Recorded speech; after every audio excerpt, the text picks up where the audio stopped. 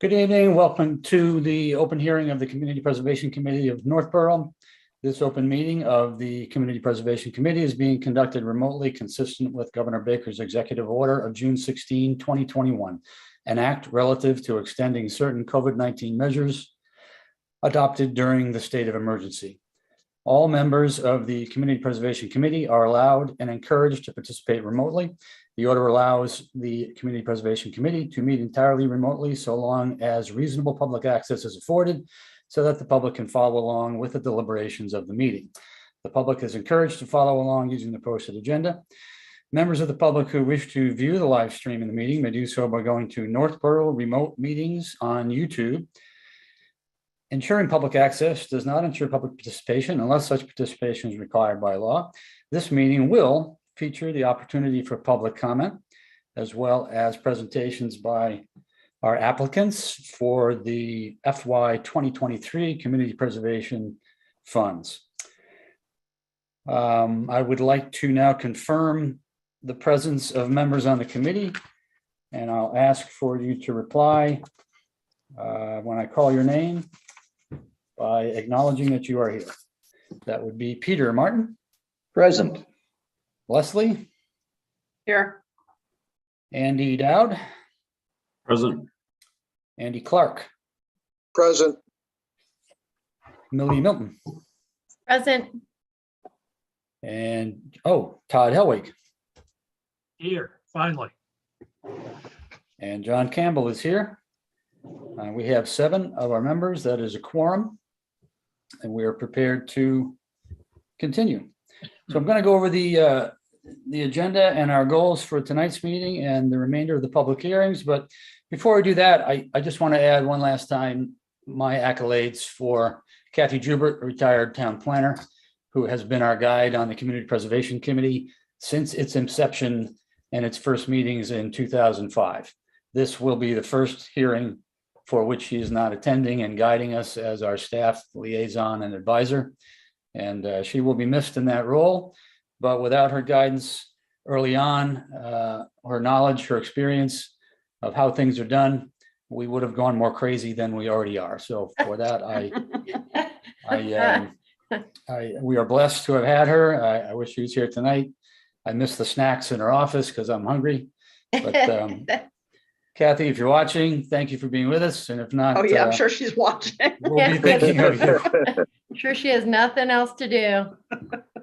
You never know. You never know. No, it's true. Anyway, back to business. Tonight's goal is to hear presentations by each of the applicants for FY23 Community Preservation Funds. We're going to ask the applicants to briefly state their case for applicability of their project and its high points, and to do so in a 10-minute time frame if possible.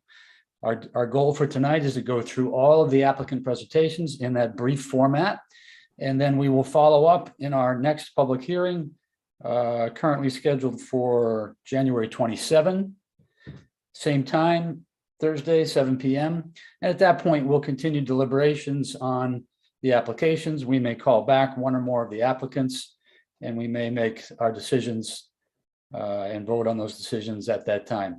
So again, tonight, brief presentations by each applicant and a round of questions from any of our staff, any of our members, and then we'll move on to the next one. So having said that, the first item on the agenda is a project in the historical category, Brigham Street Burial Ground beautifications. And I am looking for who is presenting from historical. I see Norm Corbin. Norm, if you are with us, please unmute and make yourself visible.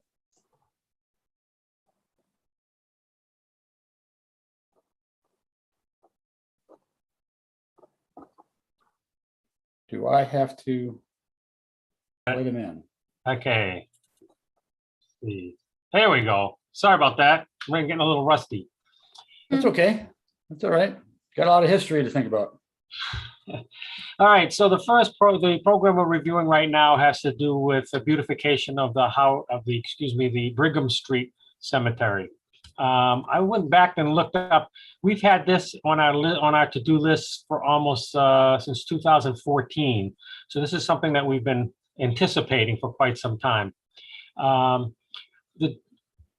What's driven it for this year essentially is the fact that there's about 20 dead trees at the cemetery. And knowing that these trees are dead and they're going to be a problem, we decided to move this particular project up. So what it is 3 parts to the project. One is the removal of the trees. The second part is we've always wanted to fence in the cemetery along Brigham Street to protect it. A lot of people still think it's a vacant lot, and more we're trying to make people realize, no, there are some 40 to 60 burials there. It is a burial site, and we need to be respectful of that. And we'd also like to just do a little grading. If you've been there recently, you'll see there's a new sign that's been put up to recognize it is a cemetery. And there's also been an information board that we put up this year. And in that area, we'd like to just put some gravel in so people could actually pull off the road a little bit for safety's sake and take a walk and appreciate what we have for our history at the Brigham Burial Ground. So that's it in a nutshell. We're looking for, it's 100 and, let me see if I get the numbers right.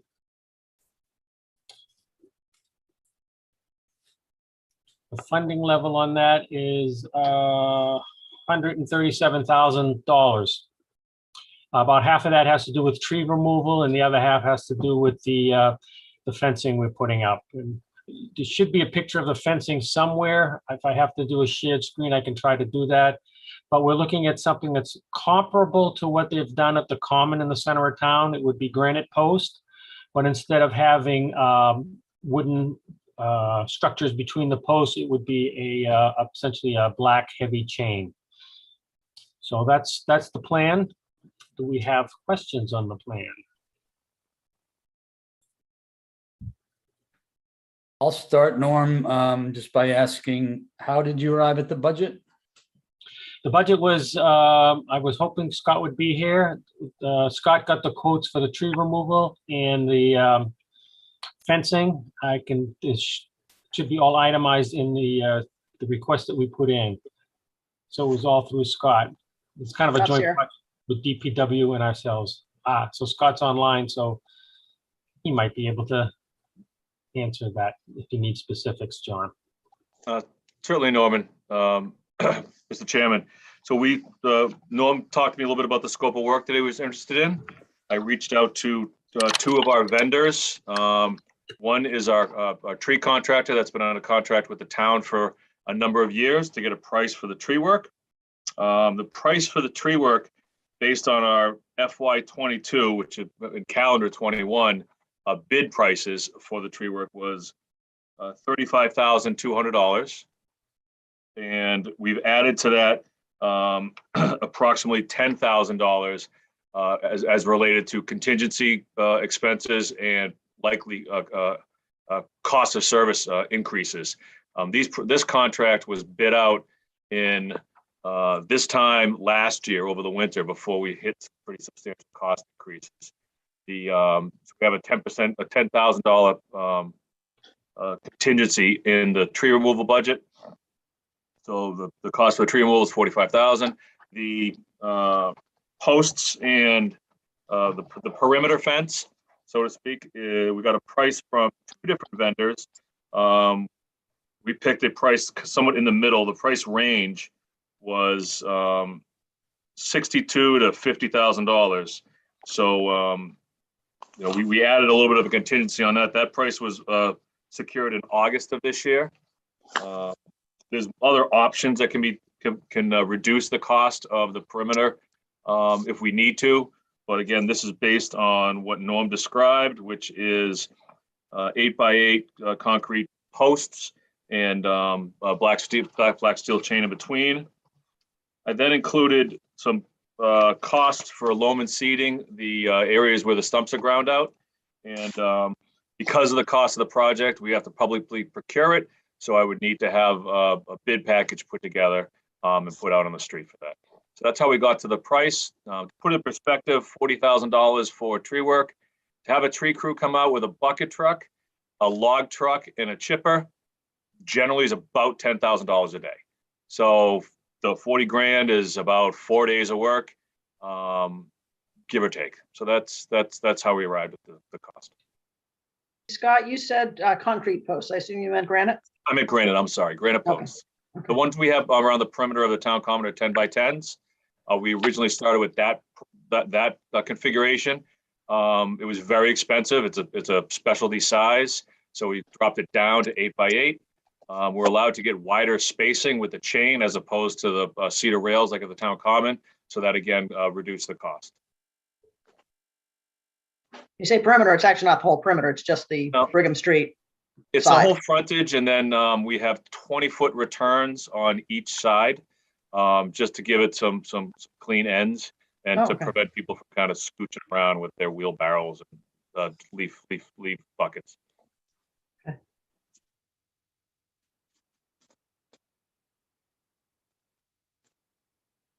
Sorry, John, if I jumped in before protocol allowed. Not much protocol here. Jump in if you have a Okay, then I mind have to. then I have one other- more quick, I have one more quick question. Go ahead. Chipping. I know we had talked before, and I think it was misunderstood about, I didn't mean grinding the stumps and keeping those. I meant the trees themselves. Can we keep the chips? Can that be used along the back, the back fence end or anything like that? Or does all the debris have to be removed? We have all the chips you want. We dispose of chips at the highway garage every year at an expense. So we can use all the chips you want, plus we'll provide more if you want them.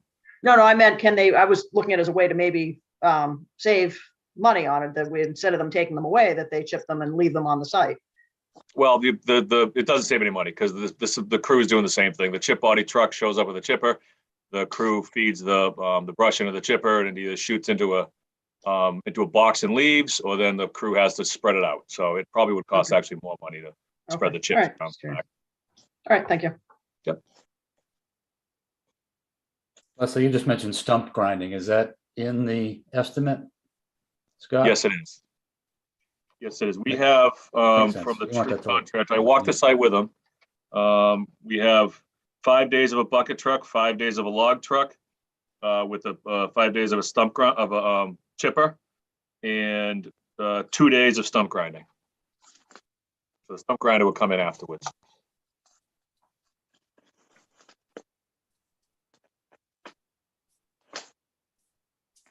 Other questions?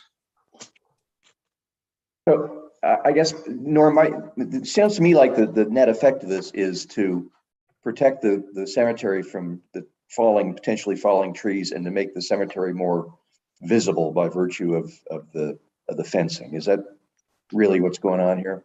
That is what's going on here.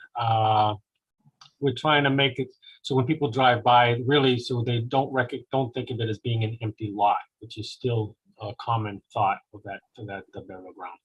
Mhm. And the trees are dead. That I don't know what killed them all, but in the last 2 years, a lot of these trees are dead. Norman, there's several historic projects here. Where do you place this one in the priority of projects? This one would be a primary for us because of the dead trees. So this would be number one because of the dead trees. The other one that we have is signage, which is, that we certainly would like to have it done this year, but in terms of a priority, I would have to give that a second priority. All right.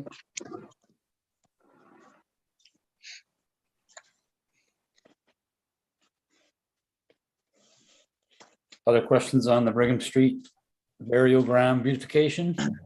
Yeah, Norm, once we put all the money into the fencing and everything, is the town on board with maintaining it all?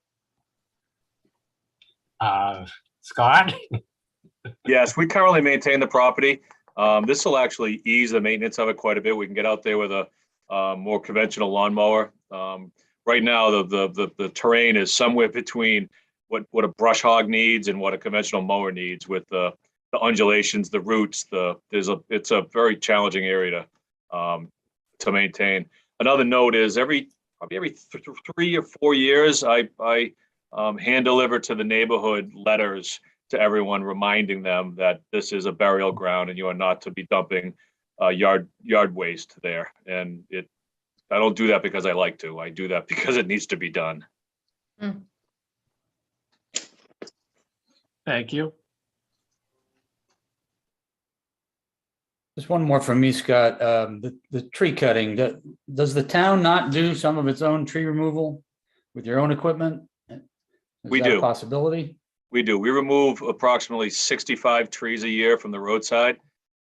They're public shade trees. They're safety hazards. These trees would fall so far down the priority list. I don't know when we would get to them. We could chip away at them, but no pun intended.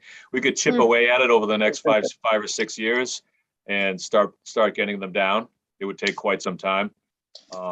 It's an unpredictable task at Public Works in that our tree crew is also the crew that fixes potholes and fixes drains. So right now we're only halfway through the list from 2021 and it's now 22.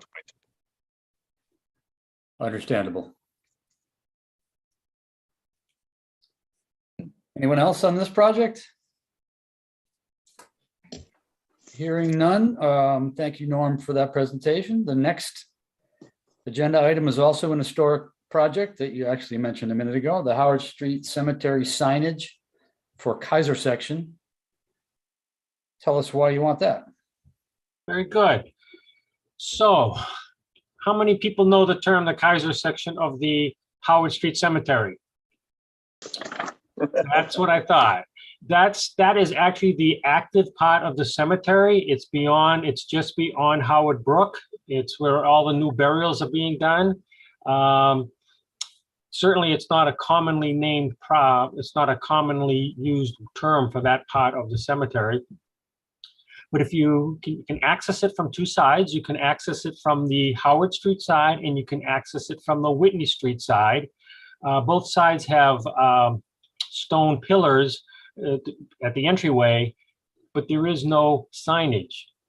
Now, several years ago, we put in what I think are very nice signs for the Brigham Street Burial Ground, the Howard Street Burial Ground, and the Howard Street Cemetery. What's lacking is there's no good signage for the very active cemetery, which is just peculiar. The reason it's come under our jurisdiction is that land, which is owned by, the reason it's called Kaiser is because it was purchased from the Kaiser family back in 1965. So it's more than 50 years ago. So if it's more than 50 years ago, that's kind of where we can call it under the historic designation. So it's identical. Do you have pictures of what the sign looks like in the package? No. All right. If I'm allowed to do a shared screen, I can pop it up so you can at least see what you're looking at. So we're looking at two signs, one for the Whitney Street entrance, one for the Howard Street entrance. So make it more clear that there's a cemetery back there, and if someone who's not from town, it would be hard to find.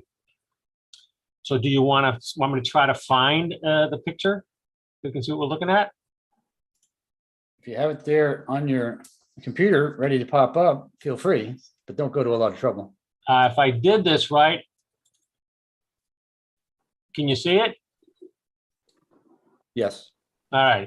So that's the one at the Howard Street Cemetery. It's right by the marble pillars that go to the oldest part of the Howard Street Cemetery. So we would just make a very similar sign. We'll work with Scott on the specific wording that we should use for that for the entrances. Very good. Thank you. Norm, on that, is it going to be double-sided so you can see it, or is it just? Yeah, they are double-sided, so you can see it either coming or going. Okay.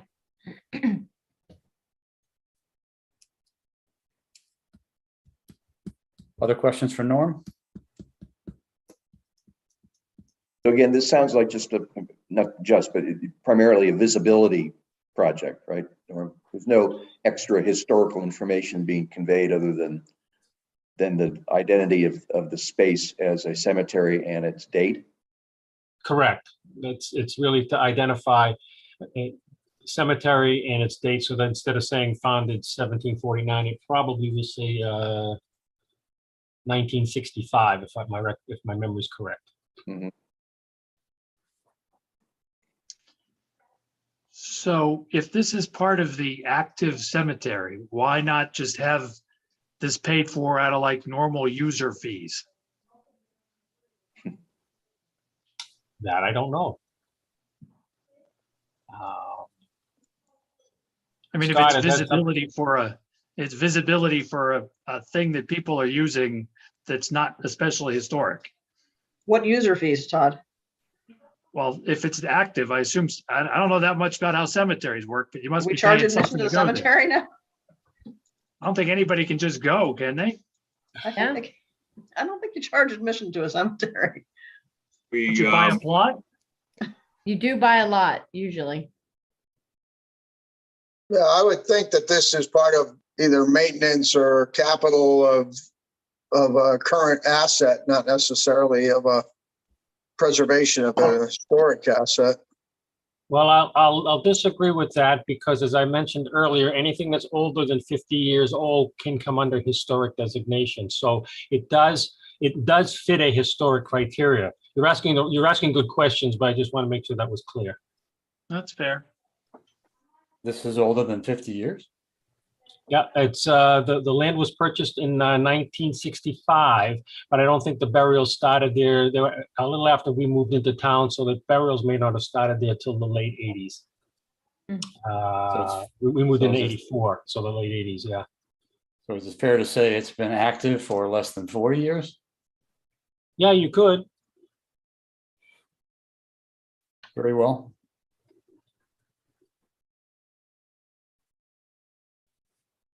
Any other questions on this project? A question for, and maybe this is Scott, does the cemetery have its own budgets, or is it just rolled into the town budget? the cemetery is funded through the general fund. We charge probably $600 per lot, and that covers the purchase of the lot and perpetual care. We do have operating budget for the cemetery that is, again, out of the general fund. It includes funding for improvements. In particular, you saw the work done at the Veterans Memorial, maybe at Howard Street Cemetery. That was paid for out of the operating budget and partially paid for out of a donation from of labor from a local veteran. The most of the operating expenses associated with the cemetery are related to fertilizer, the maintenance of the building, heat in the building, equipment, those types of things, burial equipment. But we do have funds periodically for improvements. This would probably be a 2-year process to fund this. One sign 1 year, another sign the other year, because we don't have that kind of money in the operating budget for improvements. Thank you. You're welcome.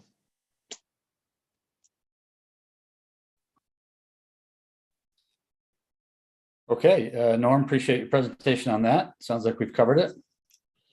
All righty. Well, thanks for hearing me out, and good luck with the rest of the interviews. So I'm going to bow out. All right. Thank Thanks, you as Norm. always. Thanks, Take Norm. care. See you soon. Have a good Bye-bye. night. Yeah, thank you. It's 7:34 p.m. and we're on to our next agenda item, Historical Society Shutter Restoration. And I'm assuming we have a new presenter, but I don't know whom that would be.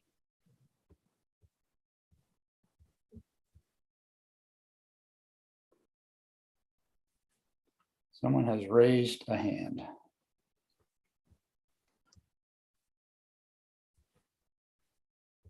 Looks like we have someone coming in called Zoom user. Hello, that's me. Hello, Zoom user. Yeah, this is Michael Duchesneau. I'm the Vice President at the Historical Society. Hi, Michael. And I'm here to represent the society for the application we submitted for the shutter restoration. Excellent. Welcome. Thank you. Please proceed with your presentation. Okay, sure.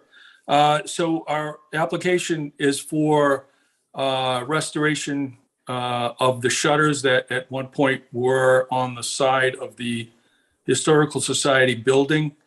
I think we included a picture of what the building looked like prior to the 1938 hurricane, where the steeple was destroyed and a lot of the shutters were also destroyed.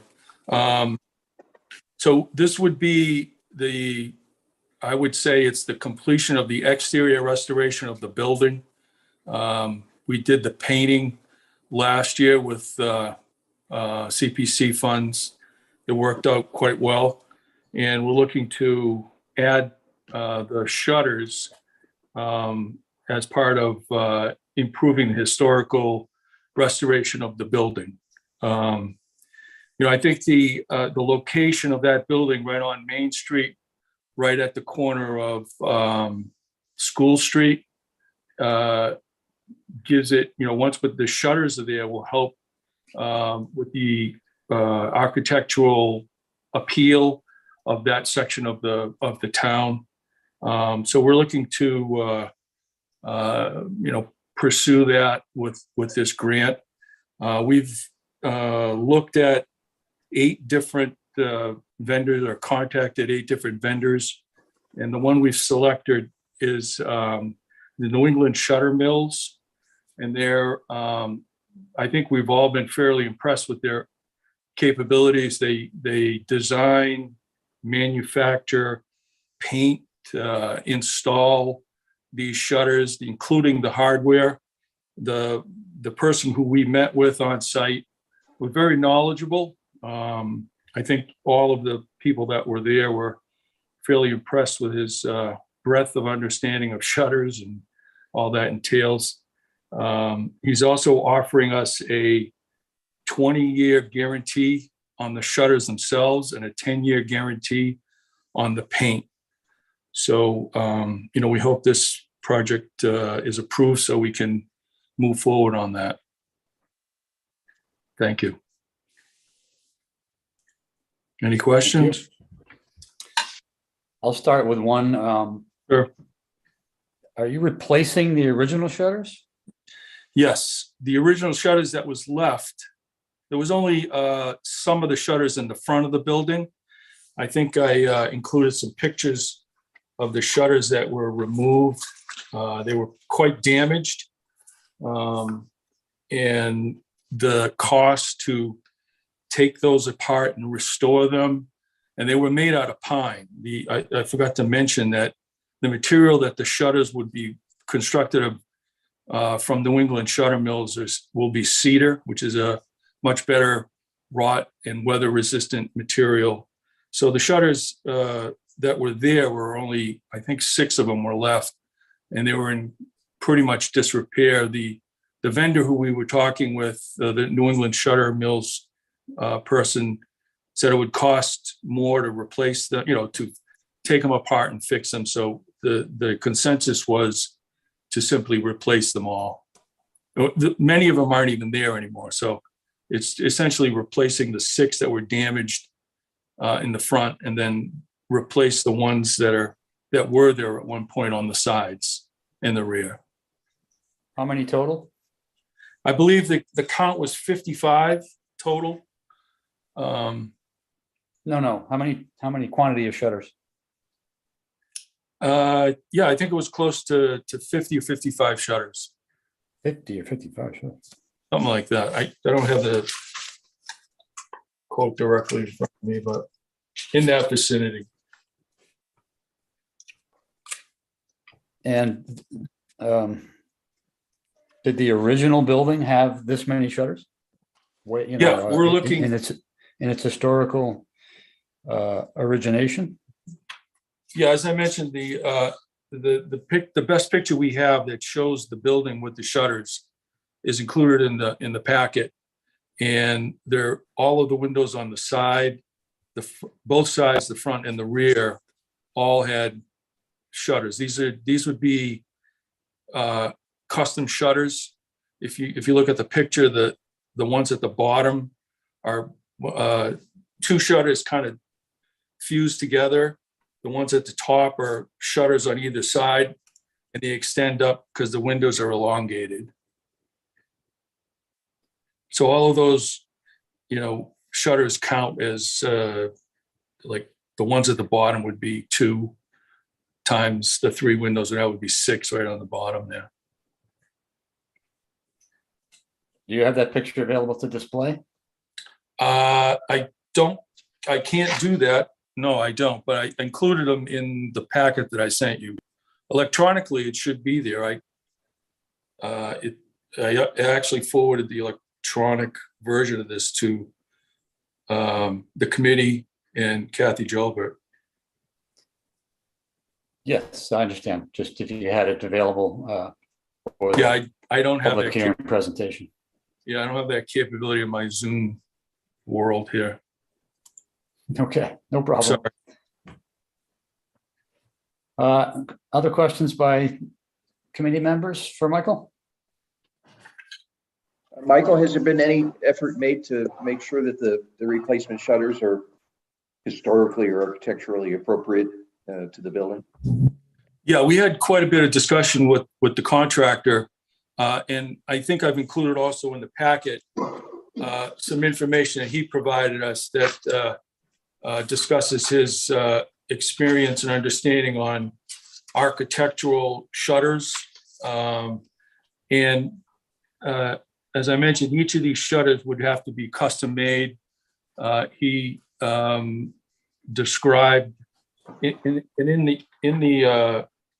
the quote that he provided us, I think he describes what these shutters, the style and how they'll be created, what they'll look like. So yeah, we're going to try to replace the shutters. What I'm trying to say is the shutters that we're going to be replacing or creating will be the same shutters that are shown on the historical photo that's included in the package.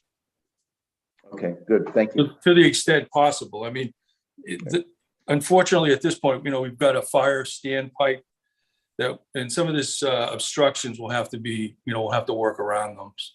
Right. But yeah, since it'll be better because it's better material, right? Absolutely. Yes. Yeah. One thing I wanted to add also is that Mike also, he's on the Historic District Commission, so we've reviewed this as well. And Tom Reardon is on Historic now, so he was able to provide architectural input into it as well. So I think it's been pretty thoroughly vetted in that regard as well. Okay, good to know. Yeah, I think what's exciting for me is that, I'm anticipating once this project is completed, the architectural feeling and flair of that section of Northborough would be more consistent with how it looked back in, circa the turn of the century. And I think that's the best picture we have. We went through the archives, which is part of the Historical Society, and Ellen, who's the archivist, went back and looked and picked this picture out of all the ones that she was able to find. And it really looks, I think it'll look really nice. And also it'll blend in quite well with all the different other historical properties that are adjacent. So I'm fairly excited about it.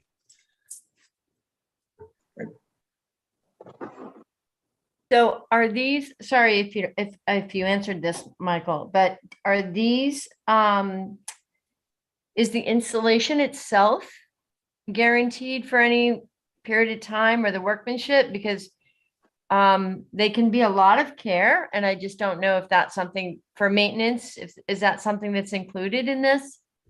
Yeah, as I mentioned, it's a 20-year warranty on the shutters themselves, and they're solid cedar wooden shutters.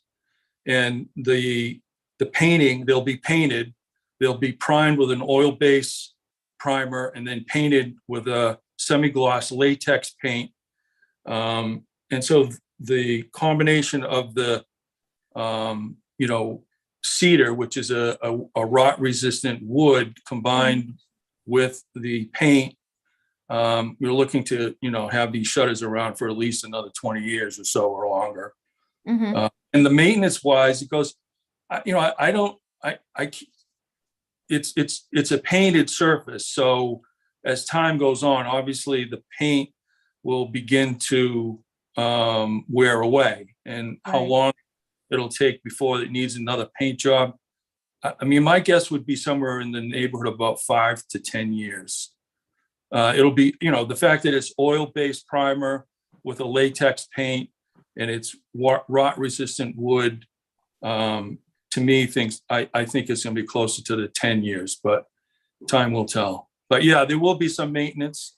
With any painted surface, there always is some maintenance. And Right. I think this is the best you could ask for, short of using plastic or something of that nature. And we're trying Right. to keep, the spirit, if you will, of the past architectural, forms. And so I think the cedar is a really good choice of wood. And now, the fellow who was there from New England Shutter Mills was saying to us that, this is the best way to go. So he's been doing this for 20 years and he said he's got over 100,000 shutters installed. So I tend to, and I've looked into other people that have used him and he comes back with pretty good reviews. Mhm. And is it the intention to keep these open most of the time or actually close them? Well, yeah, that's a good question. These will probably not be working shutters. In other words, they won't be able to be opened and closed. The look will be that you can do that. Okay. They could be working shutters, but the problem is that the obstructions prevent them from closing fully. The obstructions in this case would be the storm windows that are in place on the windows themselves. So they won't, because of the storm windows, won't be able to close them. But when it's completed, it'll look like you could open and close them.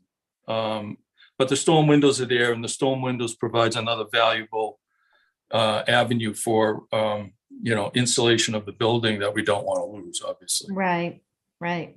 In the good old days, they didn't have those storm windows, so they would close these shutters when the storm came. But if you have a hurricane like in the hurricane of 38, didn't matter much. All right. Okay. John, if I could just add, due to the cost of this project, it appears that it may not comply with the public procurement law as far as estimates go. So that may drive the cost higher. I just think it's important that we're aware of that. What's that actually mean? Sorry. Because it's a public project, it would need, and the amount is above $30,000, it would need to be properly procured. And if that hadn't been done, then the estimates could in fact be higher than the one that was provided. Oh, I see what you're saying. Yeah. Do you mean prevailing wage on that? Is that what you mean or no? Scott may have another comment. I can provide a little procurement clarification. It's work on a building, so it would have to comply with chapter 149 for procurement. And any project over $10,000 requires advertising and award to the lowest bidder. The technical specifications would have to be developed. Advertisement in the local newspaper, the web, combis, central register, and then the bid opening, and then the award goes to the lowest responsible and responsive bidder. And to answer you, Millie, yes, the contractor installing them would have to pay prevailing wage rates, which everybody here knows is about 3 times what everybody else makes. And they would have to submit certified payrolls. So we've run into this in other projects that are presented based on a well-meaning quote received from a quality contractor who may not get the work. This isn't our building though. The Historic Society is considered a public entity, and the funds are public dollars. So, and it would have to be publicly procured in accordance with. Can I make a statement on that? We consider ourselves a private entity. The Historical Society is not a government. We do have a connection to the town in that we provide a place for various town meetings to meet, but I don't understand how you would claim that the Historical Society is a public entity. I guess I would. We've done projects there before, haven't we? Absolutely. Yes, I don't think we did that before. you did not. I can certainly inquire to our chief procurement officer in town, find out whether the Historic Society is deemed a public entity. My understanding is that it is, and I confirmed that with another peer of mine, but I can definitely let the committee know in the next few days. Isn't the same thing going to come up with the housing authority? Isn't that one of the reasons we put it in the fund that we do to avoid this very issue? Housing Authority is a public entity.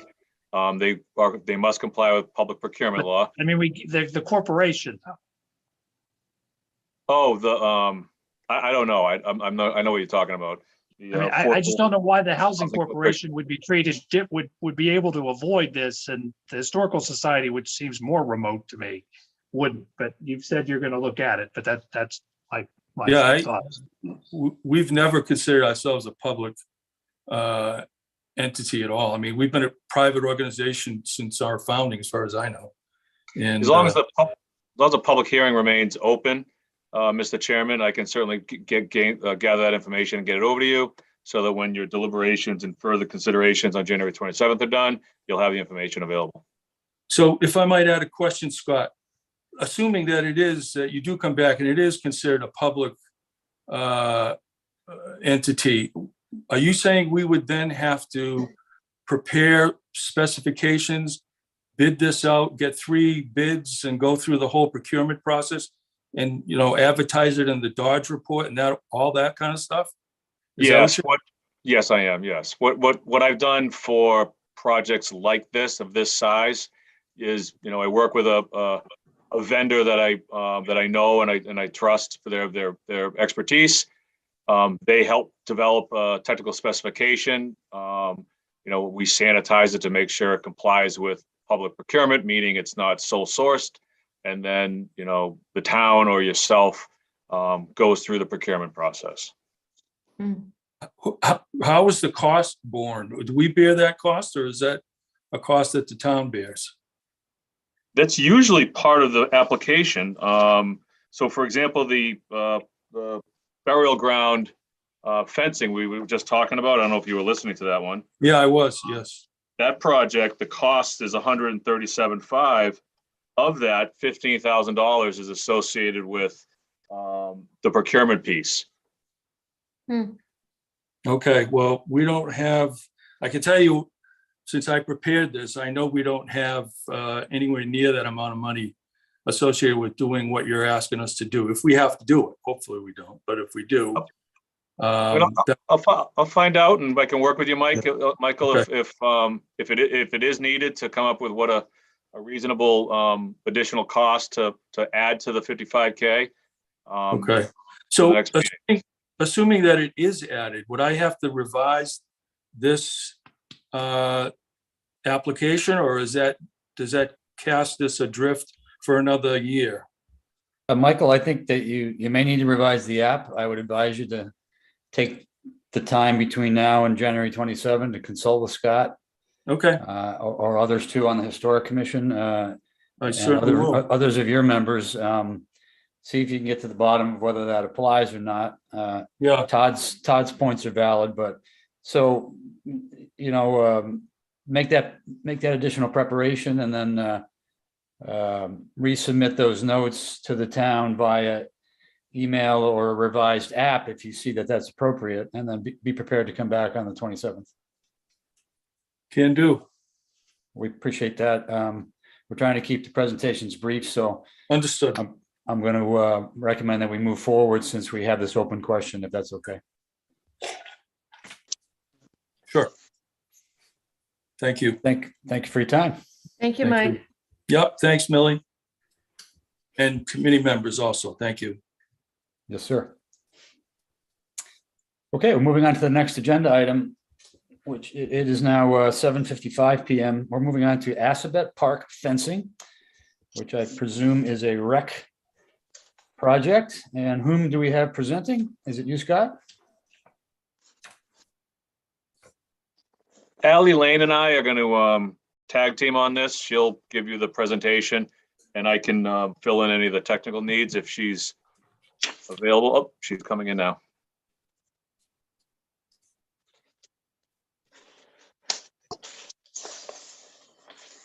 Hey guys, how are ya? Hi, Ally, Ally. welcome. Our yearly visit. Welcome, I come to Ally you with Lane. much smaller amounts this year. Sure, that's what they all say. Well, I know you guys have a lot on your plate this year, so the two that I am presenting tonight are pretty straightforward. The Assabet Park fencing project, I know we came to you last year to replace the playground. Due to the rising cost of everything, that project had to be slightly scaled down. And one of the things that had to go was fencing.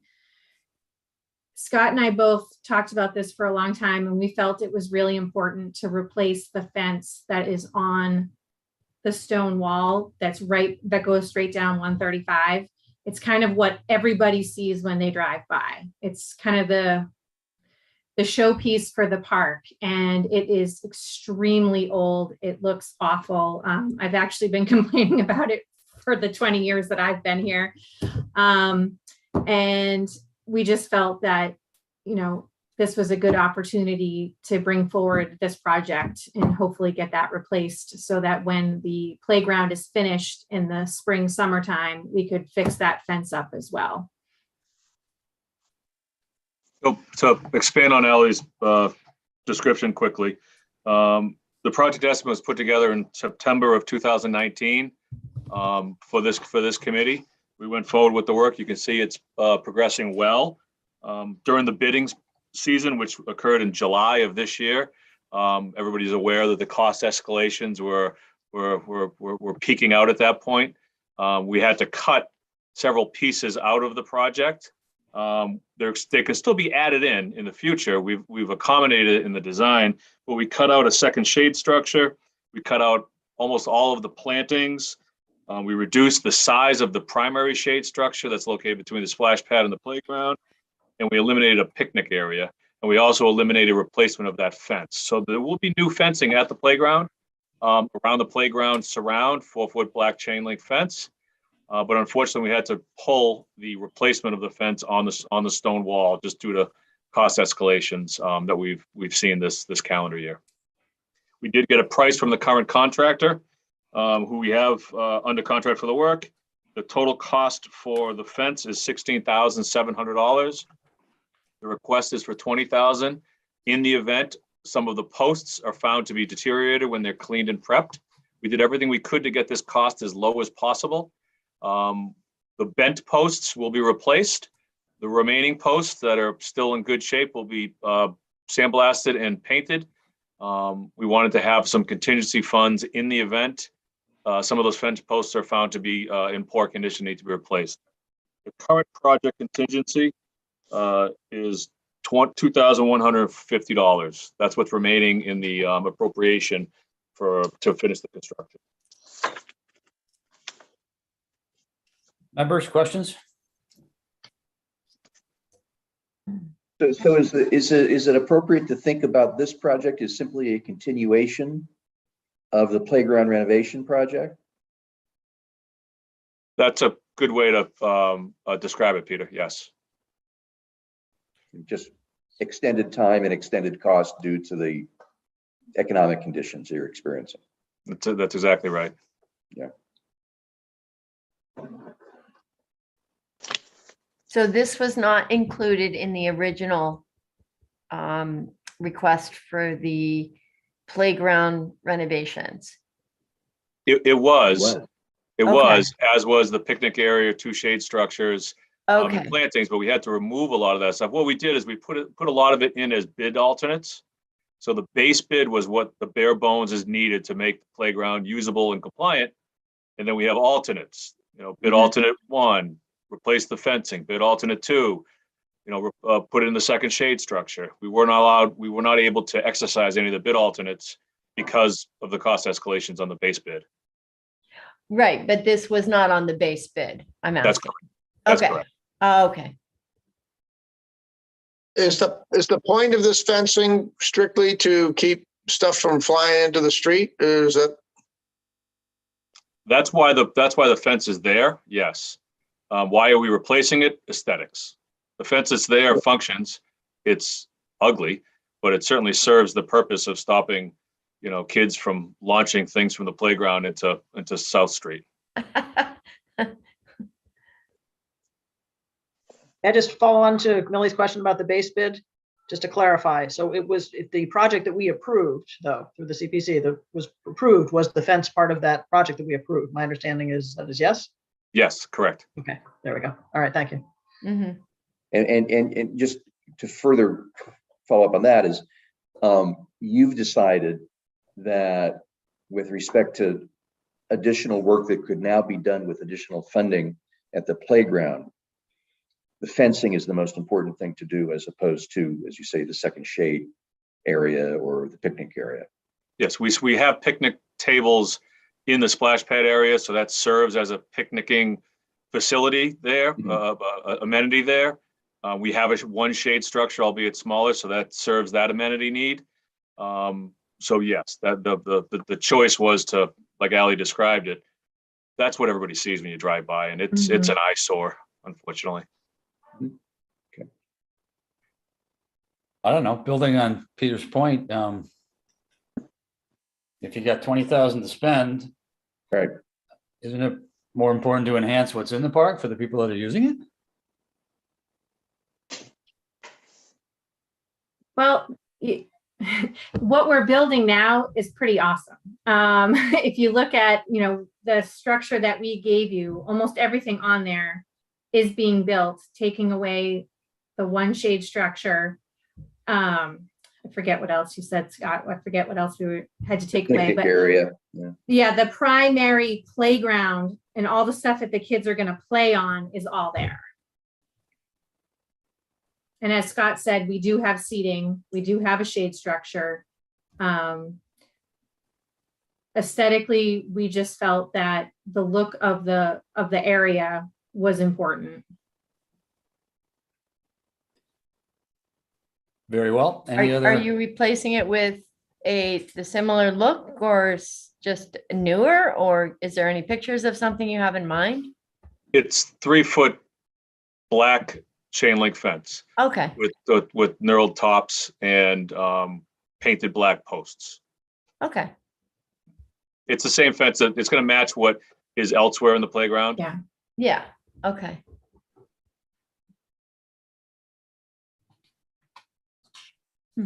Very good. Any other comments on this project? If not, Ally and Scott, I'll ask you to move on to the next project, design and project management of dog park. That is also a rec application, correct? Yes. Go for it. I'm very excited to bring this one to you guys because I know we've been talking about it for many years. I know it was brought up in the open space recreation plan, in the master plan, and I was, disappointed that we were unable to work on the Yellick area in order to get the dog park down there. That was the closest we've come so far since I've been here, getting a dog park in town. So we really, really want to make this happen. We have a large group in town that is kind of given themselves the name of Northborough Unleashed, that are working very closely with the town, trying to get a dog park to happen. We've been talking about it for over 10 years, and we now want to really move forward and make sure we do it the correct way so that what happened with the Yellick project doesn't happen again.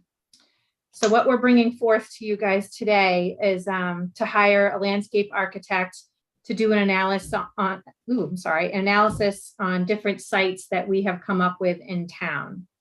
We basically have decided to do this in a 3-step process. So the first step is us coming to you and hiring a landscape architect to come up. And basically they're going to do 5 potential dog park locations. They're going to do conceptual layouts and prepare for each location.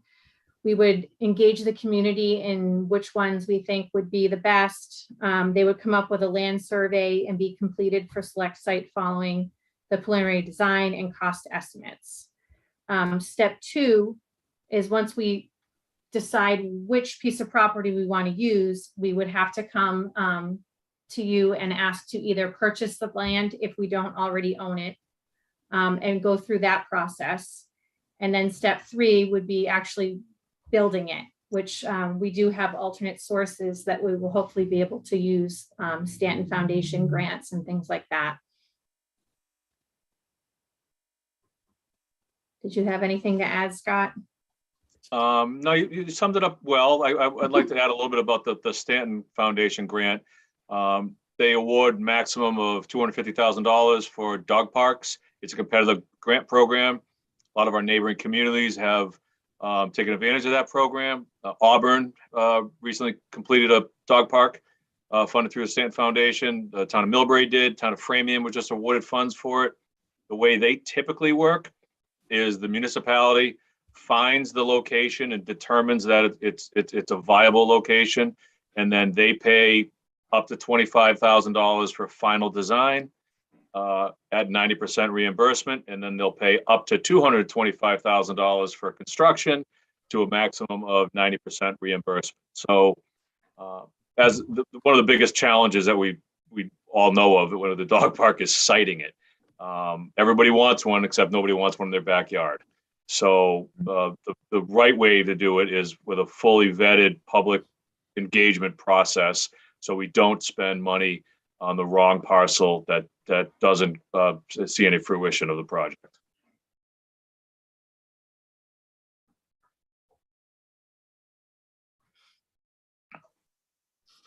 Other comments, members? So Is the I'm 5 assuming all this would include, in the design, location sourcing or location selection is parking and all the other elements that go along with this. Is that correct? That's correct. The goal and objective is to direct our site selection toward the Stanton Foundation, which has certain requirements. We need to have control of the land. There needs to be a potable water source for the dogs, adequate parking. The parking would have to comply with the parking bylaws in the community. We want neighborhood buy-in because I certainly don't want to put a dog park in an area where people don't want it. So that's the siting process. And the culmination will be the site we want with a land survey and a conceptual design. So when we go to the Stanton Foundation, we have a viable project with neighbors who want it and a confident design and survey that will work.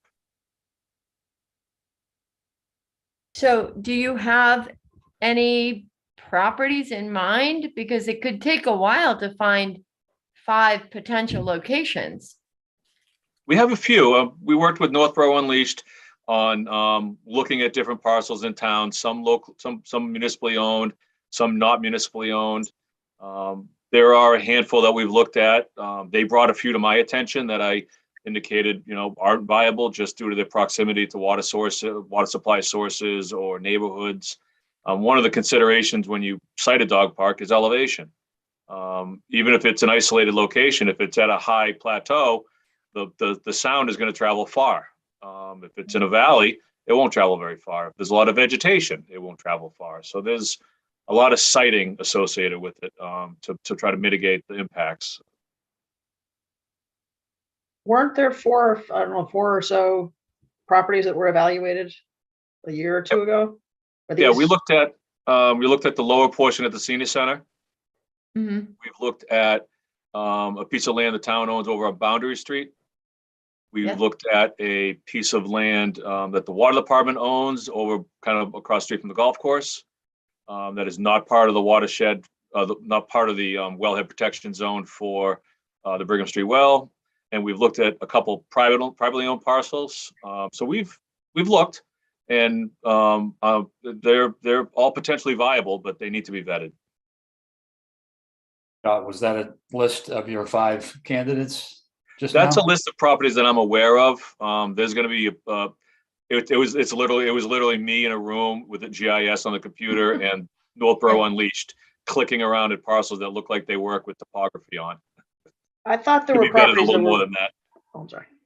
I thought there were properties that were reviewed a year or 2 ago that were ruled out. Are those under consideration as part of this, or these are all 5 brand new, never considered? There were properties that were ruled out, yes. One of the properties was adjacent to Watson Park. Municipally owned, Lyman Street well is right there. That's not a viable location. It's not a viable use in a zone 1 for wellhead protection. Are any of these the ones that were looked at previously? I guess Oh, are these think all so, 5 yeah. brand new ones, or are these ones that are reconsidering? I'd have to look at the previous? list. I'd have to look at the list, Leslie, but I believe 1 or 2 of them were seen before as Okay, all right, potentially sure. viable. Well, Okay. what wasn't done before is a neighborhood charrette, do a public notice to everybody in the neighborhood with some drawings and some boards and say, we're here. Let's talk about whether this is something that you want in your neighborhood. Okay, all right, thank you.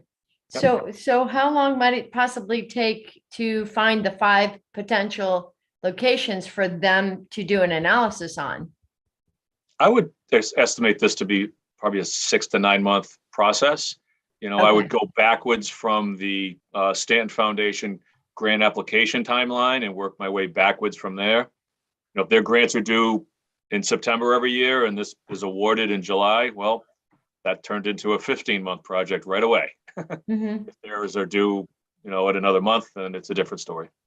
Okay, so you're basically, you and Ally might be, who else is involved in looking at the potential locations? I mean, as far as submitting 5 locations for them to do the analysis on. I would work Just with like- Ally, Northborough Unleashed, Yeah. Town Administrator's Office, Conservation Agent, Town Planner, Open Space, just Okay, whoever has ideas. I mean, I Yeah. don't want any parcel left unturned, so to speak. yeah. What was it that happened, if you don't mind, with the Yellick property? Just out of curiosity. That didn't go We were according to. working with, was it DCR? We're working with the state to build a dog park, and they were actually offering I believe it was a matching grant. Yeah, And they agreed to allow us to use the property down by Yellick Conservation. yeah, So we went forward and we were able to raise the money, the portion that we needed to come up with in less than 48 hours. That's how much the town wants a dog park. right.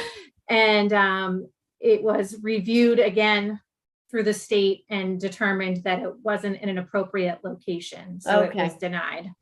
Okay, all right. That's what I was thinking, but yeah. So do Okay, you still have all that money? yeah. No, it was returned.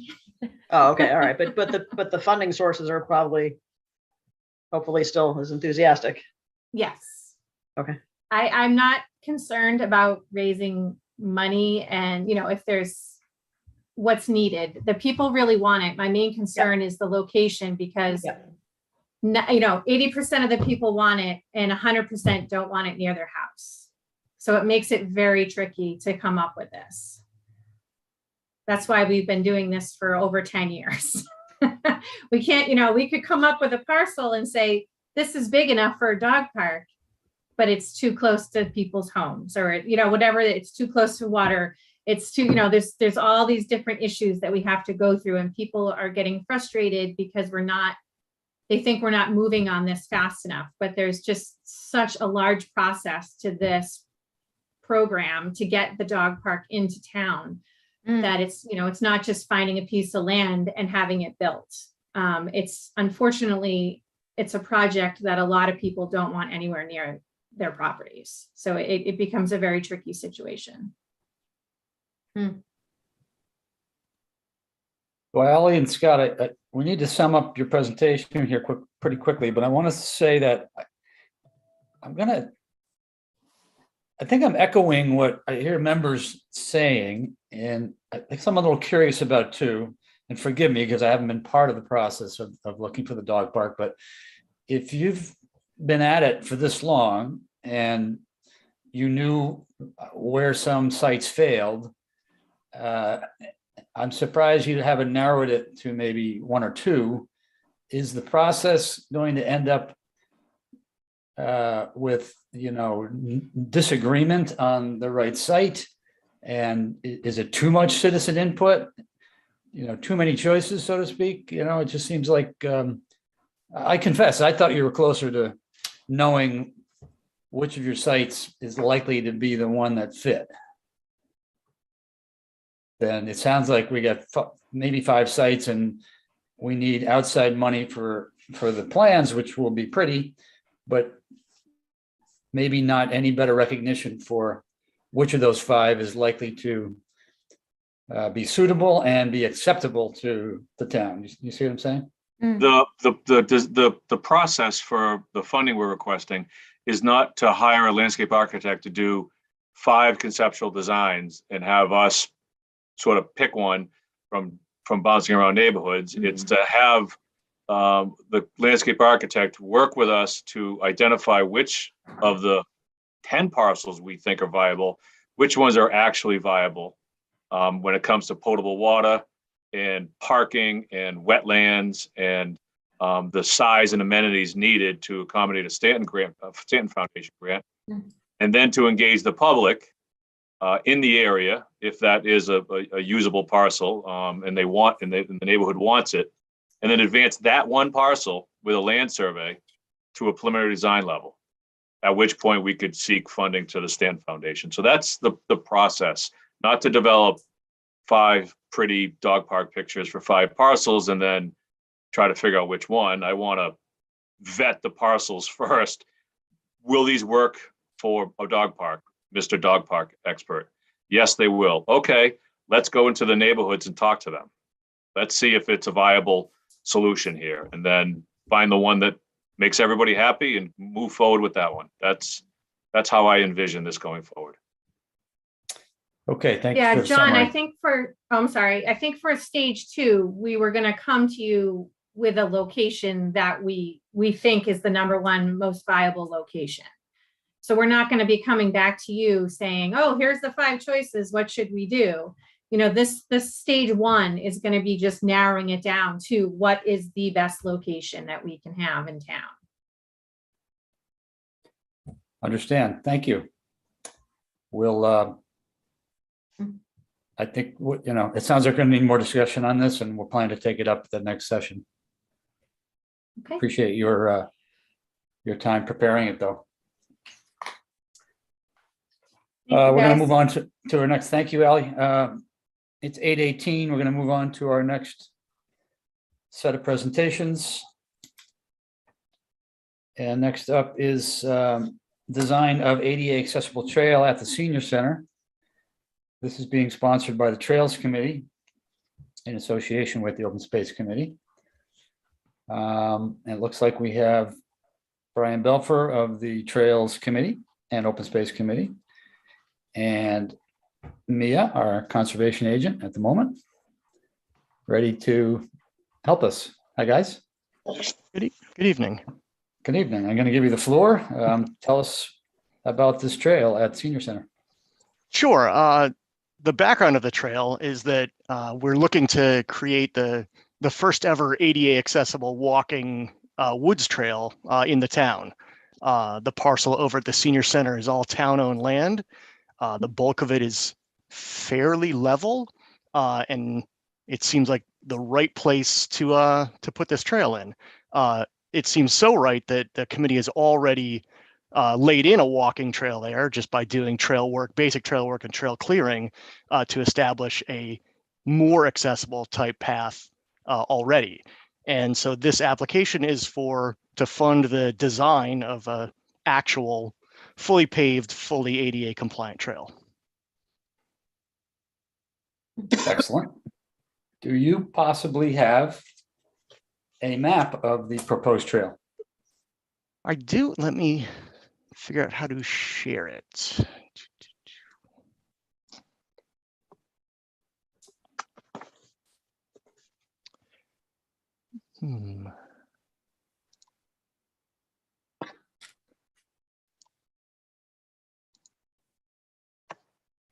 Let's see. Is that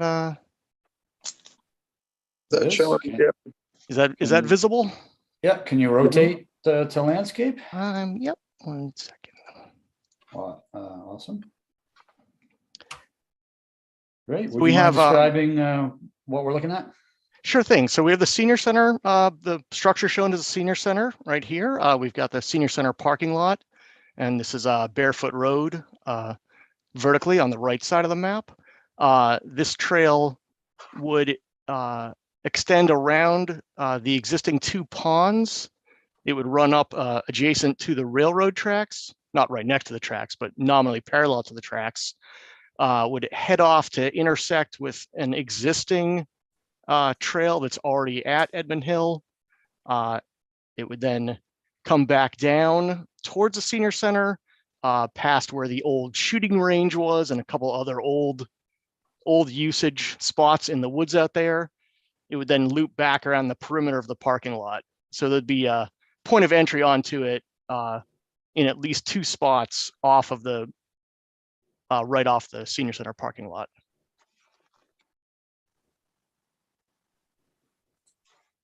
What's the total length? That looks amazing. What's the length? It's about a half mile.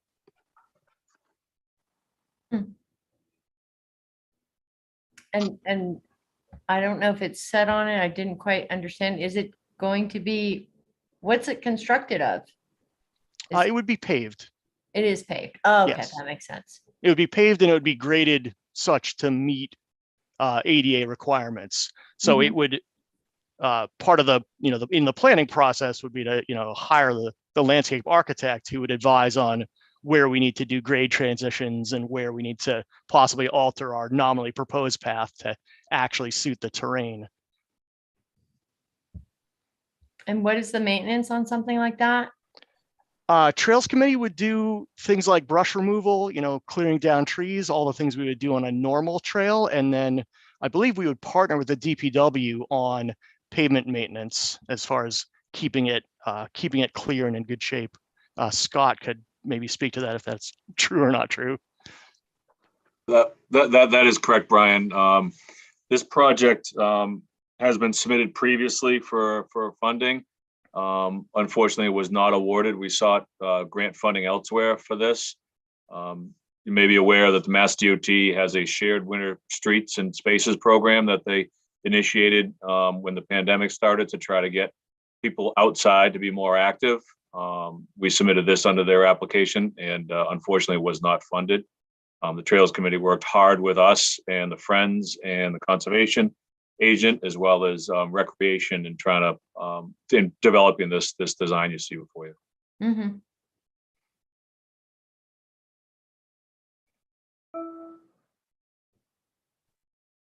Brian,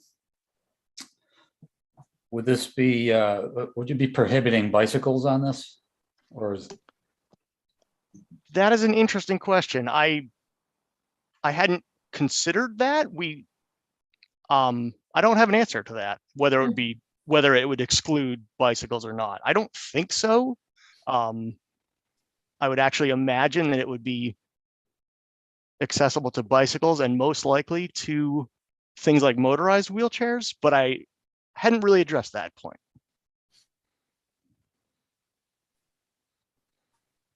members, other questions?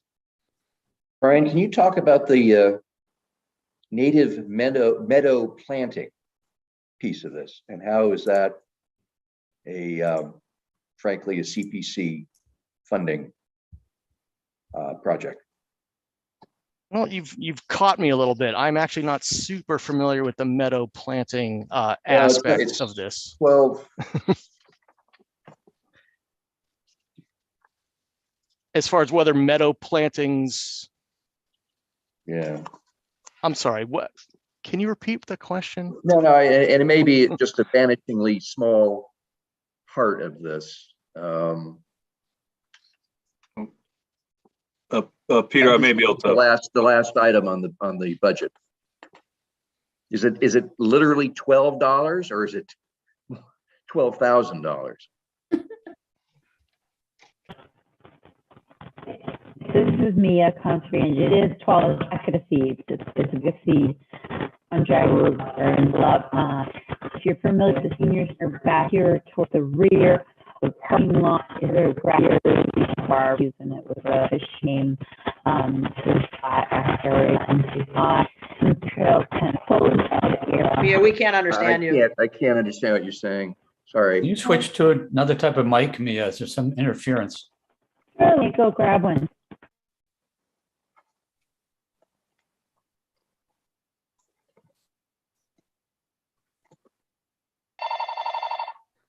Brian, anything else we need to know about the trail? It's a great looking map and prospect. I mean, the only thing more is just sort of commentary. One of the things that Trails Committee is constantly asked at things like Applefest is, are there any flat trails? Are there any bike paths that are not, straight up actual mountain bike trails? We've had lots of interest from seniors to have a place to be able to walk in the woods. Yeah. So I don't know that we necessarily took a poll, but we get exceptionally high positive feedback from a lot of different users who are interested in having an ADA path like this. Can you hear me? And how incredible to be able to have it at the senior center. I mean, Yeah, I agree. doesn't get any better than that. I mean, Indeed, and the remarkable. area, the Sorry. land in the woods around the senior center, especially I guess the southern edge, is very underutilized. There's like some old swing sets from back when that area was not the senior center. Like I mentioned before, there's the old shooting range in the woods from a million years ago. So the whole spot is really, it's prime for better usage. Okay, can you hear me now? Yes. Yes, thank you. If I just go. No, I can't hear you. Yeah, we can hear you though. We can hear you.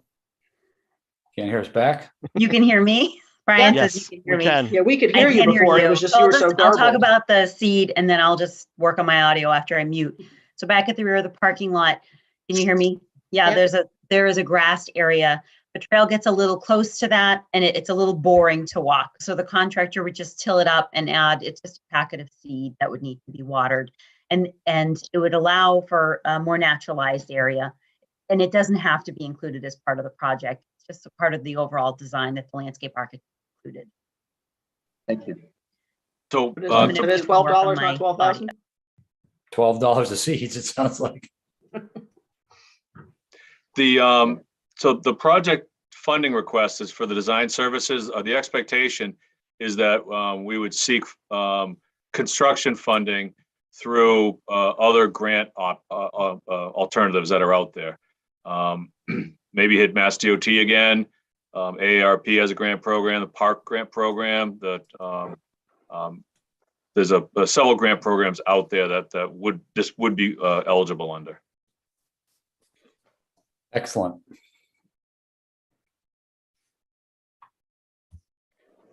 Any other member comments? If not, nice job, Brian. We're gonna Yeah. move on to the next item, which you might also be involved in. This one is preliminary design of pedestrian access on Aqueduct Bridge. Also sponsored by Open Space Committee and Trails Committee. Is it you again, Brian? No, Bob Mahalik, chairman of the committee, should be presenting. He's probably trying to join right now. That's fantastic. I see Bob Mahalik coming up. We are at 8:29. Can you hear me? Hello, Bob. Bob, you're muted. If you can hear There we me, go. Bob. Okay. Hello. Hello. Thank you, Chairman. And members, hello. Happy New Year. Yeah, so this request is for originally actually was a request to to basically start doing things to get across the Assabet River on the historic Aqueduct Bridge. We had to revise that to the current request that you have in front of you, which is basically to do professional assessment as to what is needed to actually open the Aqueduct Bridge to pedestrian access. So I think it was 4 or 5 years ago, the MWRA, who currently has care and control of the Aqueduct Bridge, did a structural assessment, and thankfully, you know, since underneath it, the Stone Arch Bridge is structurally sound. But it's fairly long. It's a 425-foot long span, and I think it does require a bit more professional expertise as to what actually is going to be required to open the surface of that bridge to pedestrian access. And backing up a step too, just to kind of put this in context. So several years ago, we got permission from Massachusetts Water Resources Authority to have to open the 4.2 mile long aqueduct corridor that basically goes along the entire eastern edge of Northborough to pedestrian access. And we had to do that in phases, mainly because somewhat limited resources, but also to things like we're talking about now that require a bit more detail and resources in order to get done. So the easy part was open first, which is we call phase 1, which goes from essentially the Marlboro, Westboro border up towards the high school, cuts across Bartlett Street, and basically goes up underneath Route 20, and ends right about where the police station is. The second phase is on the northern side of the Assabet River, essentially around where the Rice Avenue parking lot is to Edmund Hill Woods, and goes up right by the senior center, actually. Has a street level crossing on Barefoot Road where the CSX tracks are, and then heads due north up towards Berlin, ultimately going right towards Mount Pisgah. And so the nice thing about the aqueduct, once we have it fully open, will be we can connect the Crane Swamp area up the aqueduct, under Route 20, over the Assabet, and then all the way up to Mount Pisgah. So it really will, it connects essentially the two biggest hiking trail areas in town with each other. And so back to the Aqueduct Bridge, though. So, you know, because of the some of the technical requirements of getting across it, you know, we're essentially doing this part last. And we wanted to first, you know, proceed in a way such that we have knowledge up front of what's involved. We don't want to have any surprises, you know, and you know, maybe spend quite a bit of money on, say, burying some utility wires only to find out that we can't bridge. So that's what this proposal is for. Unfortunately, I don't have it in front of me, and I can't, and Mia may have it with her, and I can't really give you an exact breakdown on how we arrived at that dollar figure. We did look at this. Kathy attended our November meeting and went over some things with us. And I haven't seen it since then, so maybe Mia could comment on that. The number came from Stantec. MWRA had hired Stantec engineers. Can you hear me? Mm-hmm. Yep. Okay. To do a structural analysis on the bridge because they're the owners, and they did it. So they were the ones for us to reach out since they already had a lot of the information on the bridge. So we asked them to put together a cost estimate for this work. Scott Charpentier helped with it as well, and they did get back and give us this preliminary estimate. And it doesn't have to go through the bid procurement process because it's for civil engineering design.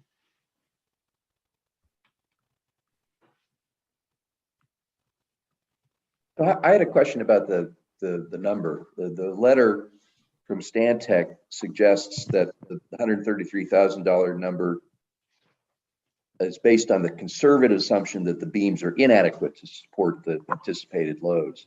Does that mean that at some point during the study, if they do find that the beams are adequate for the loads, that the cost may actually come down? Or is that a firm number regardless of what the conclusion is with respect to the load bearing capacity?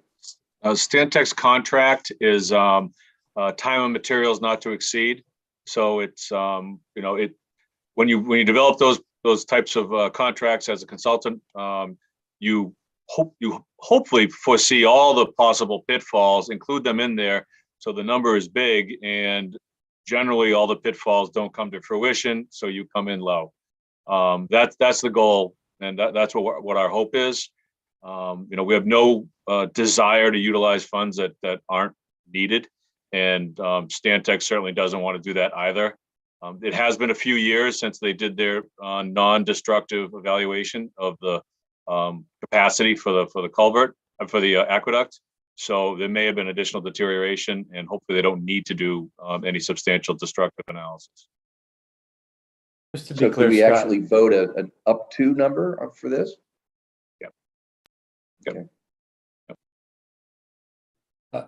so let me clarify what you just said, Peter, and what you're nodding your head to, Scott. This amount of 133,000, it's possible Stantec won't need as many hours and they'll charge you less, or are they going to bill no more than 133? It is possible that they will not use all 133 and charge us less. Is there any way for them to give you a tighter estimate, or do you believe this is the best, the best contractor to use? They have to look under the hood first, right? This is the best consultant to use. They did the first phase of the analysis, so they have the data. Any other engineer out there who would be hired to do the work would have to self-evaluate that first phase that Stantec has already done.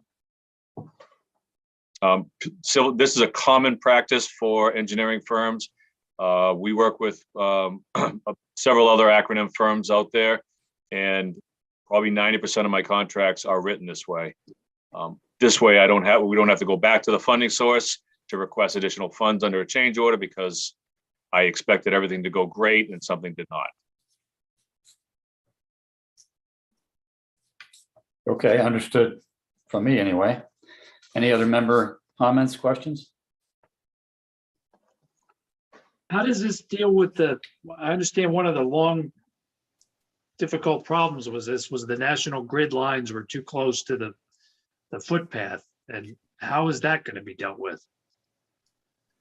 So that's actually what we were going to pursue in our funding application, was the burying of those wires. And then we basically had to take a step back at the recommendation of the town administrator to basically not go ahead with burying the wires right away, but to do this more comprehensive planning. Certainly an assessment. We know those wires are too low, and the National Grid said is they will run them underground instead of just raising them up higher, basically dig under and bury them. So that would be something, if we go forward with the project, that we know has to be done. And then I think what we'll learn too from this professional engineering assessment is potentially other things that we're not aware of. The surface of the aqueduct, that corridor there. How are we going to deal with that? For example, one of our ideas was just put pressure treated boardwalk across it. Maybe the engineers would say no, that's sufficient. So those sorts of the railings, things like that. There's stairs on either end. We'd like to make this ADA accessible. So can we do that? I just want to get back to my question. So you've been in contact with National Grid though, so it's not like it's just going to come out of the blue for them and they're never going to do it. Correct. Okay, that was really my concern. I do have a question on that element to carry on with it. Is the work that would have to be done to move or change those utility wires, is that going to be done by National Grid, or is that something that we would be responsible for? That's National Grid. We would be. So they would do that. they would absorb the cost of taking the wires and burying them? We'd have to pay them to do that. Okay, But it would be done by one of their approved contractors. It would be a phase in this project. okay. Not what you're funding now. What you're funding now is just preliminary design. That would be a later phase. Thanks for that clarification, Mia. Any other comments, members? We need to keep moving. Just a reminder, we will come back to each of the projects at our next session too. Mm-hmm. But anything else for this one? Bob, did you Very- want to share those photos? So I realized while I was sitting here during other presentations, they're on my office computer at work, and I don't have them here. So, but yeah, maybe I can get you guys some additional information. I put together a few PowerPoint slides that I can share before the 27th. I'm sensing that, yeah, I'm sensing the committee seeks more clarification, guys. So any visuals and more detail on the number.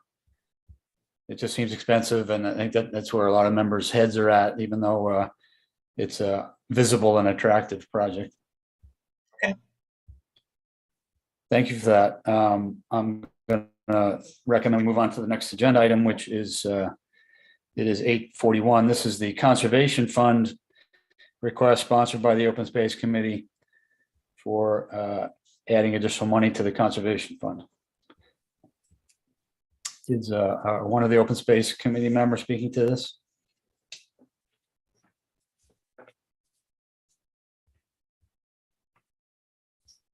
That's you, John, isn't it? Yeah. Waiting for my team to come and help me out. I think you had volunteered, John. It's not the way I remembered it. Anyway. Your track record is so good, nobody could possibly try to.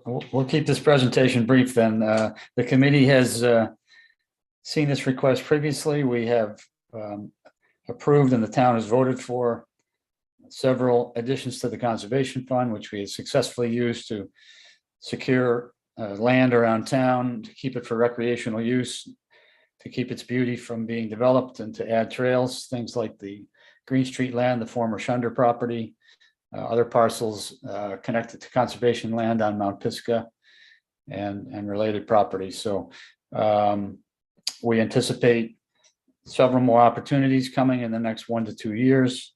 The Conservation Fund does have 700,000 plus in it now. Our goal has always been to try to keep that fund toward 1 million for the prospect of a large parcel of land coming about quickly where a developer is moving in. So that's our justification for the request.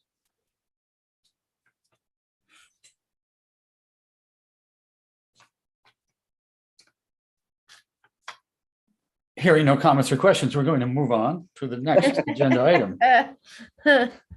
It's 8:43 and we are at the agenda item for a housing authority creation of 8 senior rental units.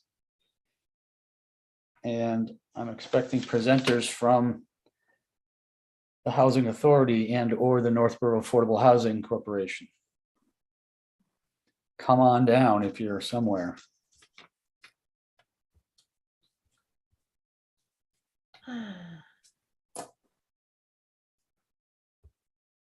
Okay, thank you, John. I'm here representing Northborough Affordable Housing, and Lynn Tromley, the director of the Northborough Housing Authority, should be joining us. I see Lynn coming in. Hello. And Rita Osborne, who is the chairman of the Housing Authority board, is also going to be joining us. Chairman of the Housing Authority board is also going to be joining us. Hello. Hello, Lynn. Welcome. Hello, Lynn. Welcome. Hi, can you guys hear me? We have some feedback from one of you. Might be from me. me. Feedback from one of you doing a repeat of the video. Can you hear me? showing a repeat of the video. Can you hear me? Maybe. Yeah, so I believe, Lynn, we can hear you. I believe there is some feedback. I just muted your mic.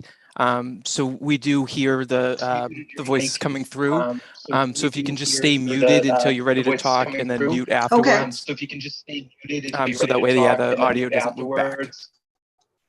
So that way, yeah, the audio doesn't loop back. Okay. Something odd going on there, yes. All right, Ken, I'm going to start. Is this okay? Is there any feedback now? You're good, Rick. Okay, I just want to briefly make sure the committee is aware that on December 14th, we informed Kathy Joubert that based on savings from the Habitat for Humanity project to renovate Hitching Post Lane, there's additional reserve money available for this project.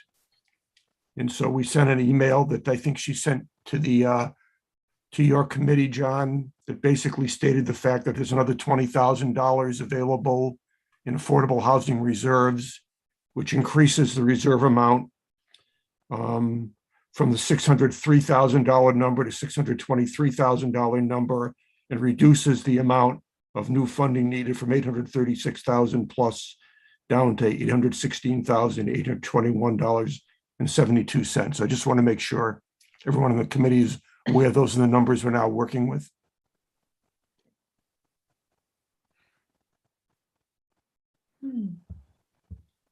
Yes. Thank you for the clarification, Rick. That being the case, then I think I'll turn it over to Lynn, and she and Rita can make the presentation on the project.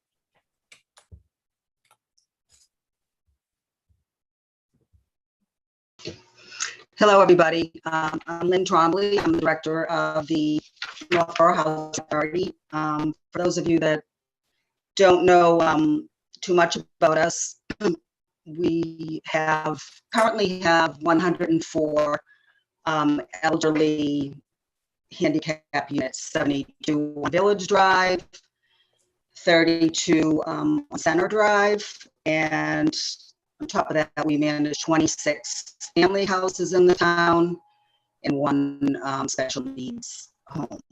So out of those 104 elderly apartments, we only have currently 2 handicapped accessible units, which is become increasingly difficult over the years as people continue to age in place. So the state has required over the past couple of years, we've gone to a centralized waiting list. So which has really increased our applications. I currently have over 5,000 people on my waiting list, increases all the time. 3,000 of those are probably families, and over 2,000 are elderly.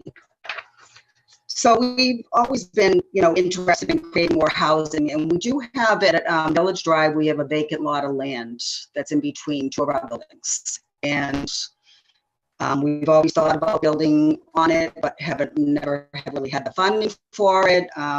Back in, I believe it was 2006. I think that was the last time the Housing Authority put in an application. We had asked for $50,000 to do a feasibility study on the land, and it was denied at the time, just saying they didn't really want to do anything on with studies. So about 2 years ago, the state released a public housing notice saying that they were offering some money for elderly housing, which again I hadn't seen in the 20 years that I've been there, and is what they, if you met the criteria and were able to get out of the funding, they'll give us $75,000 for each unit of regular housing, and then an additional $50,000 if the units are handicapped. So we were hoping to be able to build 8 units and get $800,000 from the state. And on top of that, like I said, we're regulated by the Department of Housing and Community Development. We pretty much, have to maintain ourselves. They only give us reserve when we absolutely need it to to keep running. So we did have $200,000 put aside for a project to, because we wanted to redo our maintenance garage with, you know, COVID and the cost of how much projects are, it's a lot more money. So the board had agreed that maybe we could put this 200,000 towards this, so that we could, between our state funds and this, come up with $1 million. So to ensure that the land was buildable, I reached out to Rick, to Mass Housing Partnership, where they had a grant and agreed to do a study on the land to make sure that it was buildable. So they hired an engineer who came out and did that. And he said after the study that was definitely buildable, that the utilities could handle it, that the infrastructure was fine. So we got through that, and then I had another concern about parking, that we were going to be able to accommodate additional parking. So I spoke to Mass Housing Partnership about that, and they did an amendment to the agreement, and they allowed us to have a parking study also, which is still in process. But he did come back to me and tell me that he believed that we definitely can put in another 20 spaces. So parking shouldn't be an issue either. So after the Housing Authority did that, we went ahead and we hired an architect to give us a cost estimate of what it would be to build the 8 units. And as I've heard in some of the previous, we do have to obviously publicly bid it. You know, we have to pay prevailing wages, which always makes it more expensive. So, you know, going through all this, he did give us a cost estimate of, I believe it was $2,400,000 to build these 8 units. So it'd be a 2-story building, 4 units of standard elderly housing, and 4 units of handicapped accessible units. So I have been working, like I said, with the NHD. I worked with Rick several years ago when they built 4 units over on Center Drive that we currently manage. And you know, and this is the first time the state's offered any money, so we're all pretty anxious and excited at the possibility of maybe getting in some more housing units, because we definitely do need them, and we definitely especially need handicapped units. No doubt about it. So I really hope that you'll consider our application. And with that, I'm just going to turn it over to Rita before we take any questions. Rita's the chairman of the Housing Authority Board, and she just wants to say a few words. Thank you. Thank Good you, evening. Can you hear Hello, me? Rita. Yes, Rita. Okay, thank you. My name is Rita Osborne. I am the chairman of the Northborough Housing Authority and have been a board member with the Housing Authority for a little over 25 years, and in the housing field for a little over 50. The opportunities to build new construction during my tenure has been very few and far between. When DHCD's notice was sent to the housing authorities, it was an opportunity for this housing authority to decide if we were interested in adding to our existing programs and address the needs of the waiting list. As Lynn has stated, the proposal has a maximum for 1-bedroom units and also additional funding for the creation of accessible units for housing authorities that have less than 5% handicapped units. Excuse me. As with all proposals, there are conditions, and this proposal is no exception.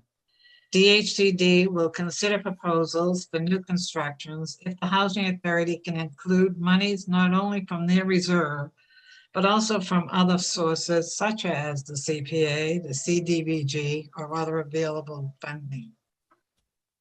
The Board of Commissioners of the Northborough Housing Authority recognize that with this small window of opportunity, we need to move forward and try to obtain funding from all sources. It was unanimously voted by the Board of Commissioners to seek any and all funding available to meet our goal of building these new units. As commissioners, we are committed to keeping with our mission to provide safe, decent housing, which is vitally important, especially those most vulnerable and in need. As chairman, and on behalf of all the board members of the Northborough Housing Authority, we're asking for your support in helping us to achieve our effort to build these units for our most vulnerable so that they too can live in a safe environment. And with this, I thank you for allowing both Lynn and I to give you our small presentation. Thank you. Thank you, Rita. Well stated. Thank you. Could I just get quickly clarification on something I heard Lynn say, and maybe I didn't read deeply enough, but if there's 8 units, 4 would be specified for elderly, 4 are for handicap accessible, but not necessarily elderly? 4 are for handicap accessible, but not necessarily elderly. Well, the Housing Authority how it works is we have to take 13.5% of people that are under 60 and deemed disabled. So we only take somebody under 60 when we get below our 13.5%. So it's 88.5% elderly and like I said, 13.5% of people that can be under 60 and deemed disabled. But those 4 units that are accessible, would they have to be only to disabled people?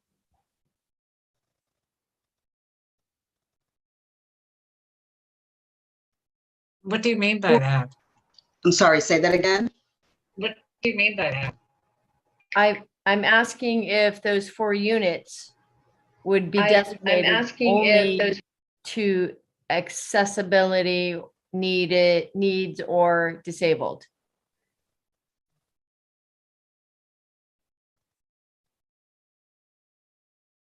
The The 4 proposal, handicapped units would be for handicapped accessible people, either Only. wheelchair or walkers, Okay. ADA compliant.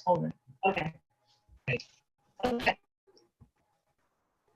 I would also add to that, Millie, that there's a waiting list of handicapped people who need these things.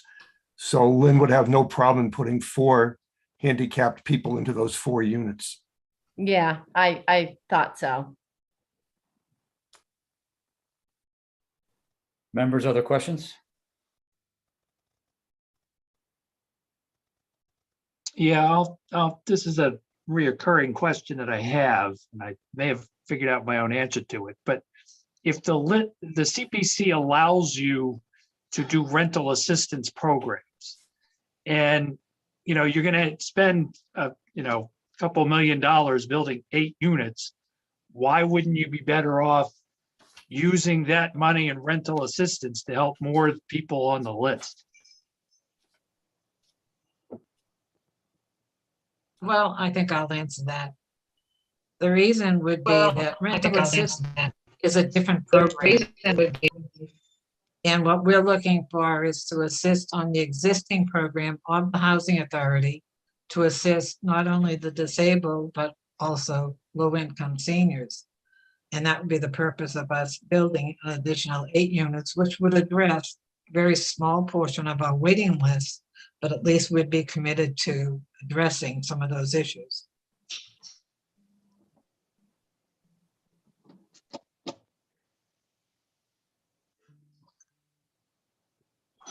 I think also, Todd, one of the issues is the lack of places to put low-income people who need housing. So even with an active rental assistance program, finding real estate in which you could give them rental assistance to get into is extremely limited. So I think the state, which in the past hadn't been looking to build more units has realized that their biggest issue is lack of space. And so now they've got an incentive program incenting housing authorities to build more. So I think the need right now is for more units to be created. Well, and that was as I was just kind of poking around, that might have been where I was even coming out to, is there just may not be that many places to give rental assistance to in Northborough, Mhm. right? That's Okay. definitely true. I'd like to add one more comment. I've had a conversation with John Kadir relating this ARPA funding, which the town is going to be receiving, all the towns are going to be receiving. One of the things that ARPA money is supposed to go towards is supporting of affordable housing. So I asked John if there was a possibility that in fact, some of the ARPA money the town was going to be getting could be directed towards this project and reduce the amount of CPA funding. His response was, it's very early in the game. He's just trying to figure out right now what he's going to do with the money and how he's going to use it. He's going to be getting it in two lumps, one for fiscal 23 and one for fiscal 24. But he feels that this is a reasonable project and he'd be willing to discuss what the possibilities might be. You know, I told him that, obviously you guys have to get warrant articles created by sometime in early February. And so the decision time here isn't that great, but he felt that as the month of January goes on, he may be clearer in terms of what he may be able to do or not. So I think something else that might be reasonable is to get some further input from John prior to the 27th of January to see where he is. And he didn't commit anything at this point, except to say he'd be willing to discuss the possibility. So just sort of keep that in mind. And John Campbell, maybe I can work with you to set up a time with John Kadir just to talk through where he is and is there any possibility that this number could be further reduced by some use of ARPA funds. I'm not saying that because I feel it's particularly likely, only that John is considering all of his options right now, and he didn't tell me that he would not consider this. Good. I was going to ask you if you had a plan to follow up to John, if you can get an audience with him, even a conference call is fine, to get him to reveal a little better whether that's a possibility. It would be great information to have either by the end of the month or even early February. This is certainly the largest request this year and one of the largest that we've ever considered. And our slate is full. So we're going to be needing to make some decisions, but a hugely important project. Housing is one of our three core tenets of community preservation programs. And I think we want to give it every opportunity to be vetted fully. So that's good. Do you want to take the lead to reach out to when John could talk about it, since you're the detail guy and he's got the details that we don't know, and I'll be more of the listener. Yeah, I had left it with him that after this meeting tonight, based on how this discussion went, I would get back to him, give him an update, and I'll give him a call back and see how we would like to organize some sort of a follow-up to get a better idea of where this may go, if it goes anywhere. Yeah, that's fine. If he prefers we come see him, that's okay with me too. But whatever's most convenient for John, he's the busiest guy in town these days. Yeah. All right, I'll follow up with him and we'll see if that leads us anywhere else. So, but in meantime, we are still pursuing, I know Lynn is, and we and the Housing Corporation keep pursuing other funding sources. At this point, nothing else has come up, but you never know. But I think the most reasonable one to pursue right now is ARPA. Very good.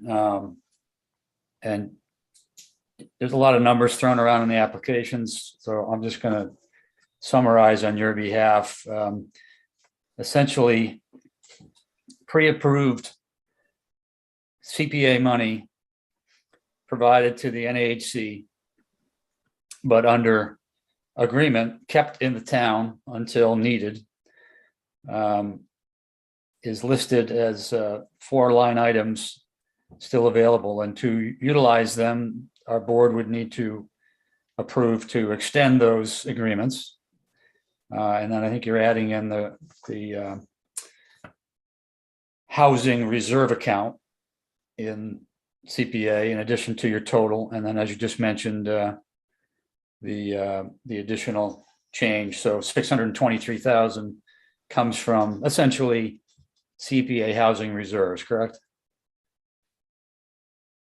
I'm sorry. Yeah, that's correct. Number of different items, but that's correct. The only change is the additional 20,000 now. Correct. So, we'd have some housekeeping business as a committee to go through those, but we don't need to discuss it in detail tonight. Just wanted that to be clear. And then to meet the budget, we have 800,000 in state money available, 200,000 in housing authority reserve available. And the remainder is the basis of your application, although reduced by the amount you just mentioned in the beginning of your presentation. The only thing I want to clarify, which I think we talked about, or maybe didn't talk about, but the 800,000 of state money is dependent on an application which Lynn will submit.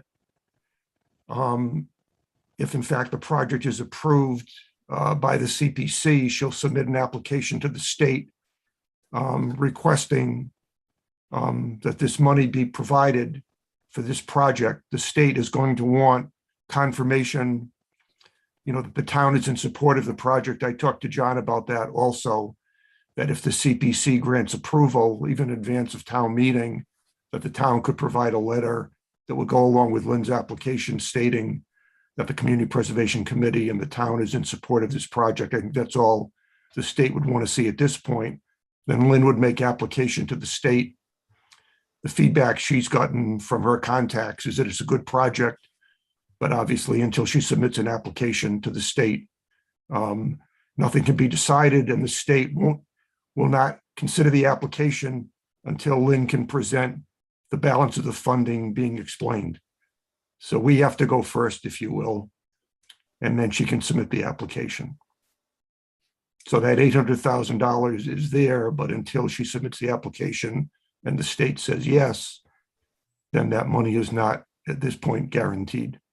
But at least everything we're hearing is they think it's a reasonable project, and if the money exists, it could be funded. That's where we are with the state right now. So forgive me, I wasn't listening correctly.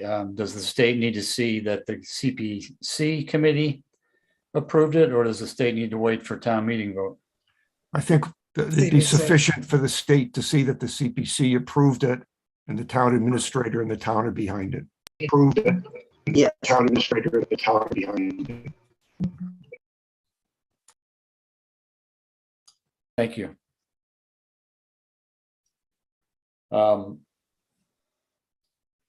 Great summary. We have a lot of information in the application as well. And then we've got this potential, I think we should flush out with town administrator, whether the burden on the CPC, for instance, can be reduced or not. Are there any other questions from members of any of our, I guess we're just kind of combining really the end of our agenda, but of Rick or Rita or Lynn. Members? So how much would 8 units, how many affordable housing units do we actually have in, do you know, in town? Do you know that number, Rick? I do not. I know that we're at about 11% affordable, but I don't know how that comes down to exact number of units. Okay.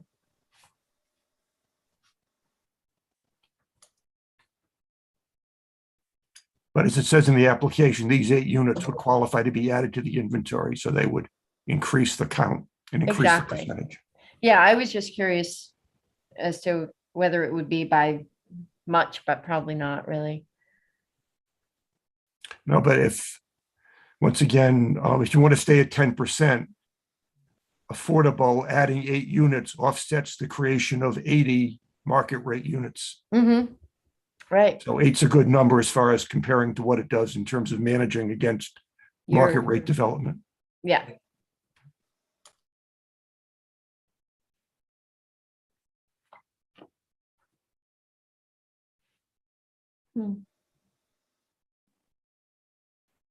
Pardon me, anyone else?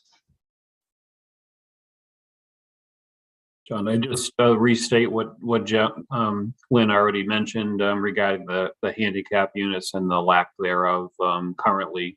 And she mentioned, those that are the aging in place within, our existing elderly and disabled units. Oftentimes there's a need for not only just handicap, but simply a first floor unit. The two complexes on Center Drive and Village Drive are both 2-story buildings. Obviously, the second floor are not accessible for those that have difficulty with stairs. So that alone is a challenge. So adding the 4 handicap units would be a big benefit to likely some residents who are already in existing units. And I think that's important for the committee to consider. Mm-hmm. Thank you. And I just, hearing you speak, Andy, I want to say how great it is to have a representative on the committee for housing. It's been a while. And the combination with Rick, Lynn, and Rita is refreshing because we just haven't had that much specific emphasis on housing projects. Obviously, Rick and the NAHC have been the main voice, but this looks like a good collaboration. Mm. So Yes, I'm pleased it to have is. that. So I assume, John, you'll want us at the January 27th meeting? Yes, please, if any of you are available, that'd be great. I think this one will take a lot more discussion and we may have more numbers at that time, so that would be good. Lynn, please forgive if you can hear me, but there's something in your computer that creates the feedback, and also when you were speaking, it was clipping a lot. I don't know if I'm the only one who heard it, but so if you could check that because it was distracting and I really wanted to hear more of what you had to say. But thank you again for the presentation. Is there anything else by any other member on this application? And if not, we'll move the discussion to the next meeting. Anyone? Okay, great. And once again, thank you all for your participation on these housing applications. And it's a big project. It's a good one. Thank you. Thank you very much. You're welcome. You.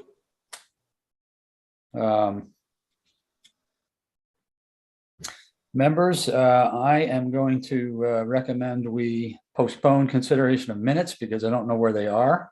Do it at the next meeting. I didn't see them, but I might have missed it. And again, we're suffering from the Kathy Jubert gap already, but we'll catch up. I just wanted to ask, so we have 7 of us present, which is certainly fine to continue. The next meeting is Thursday, January 27. Are all members still good with that date? Mm-hmm. And we planned the following week, February 3, as a contingent. We may very well need it. Is everybody still okay with that too? Yep. Okay, great. I don't have anything else to bring up then. Does anyone else? Any other business? Speaking of gaps, is Mia still here? Mia, no. She is in the attendees right now. Oh, Can we call Mia back? Because Mia's leaving us too. What? I think she's listening. There she is. You see a trail? You see it Hi. here? Hi. It was all a hoax. You're not really leaving too, right? I am. I'm going to do No. going to the state. So That's exciting. Congratulations again, but it's going to be a huge loss. I just want to thank you so much for everything you've done for us. I'll Yeah. be your circuit rider. So if you have any questions about wetlands, you can still call. I'll have a new number. Northborough will still be one of my towns.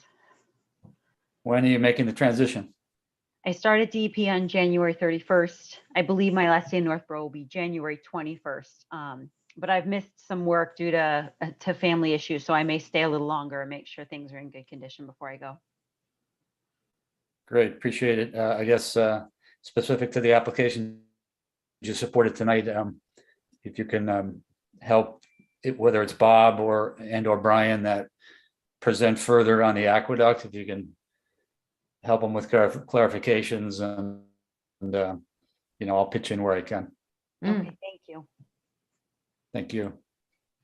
Good luck to you. We'll miss you. Yeah, Thank you. definitely, yeah.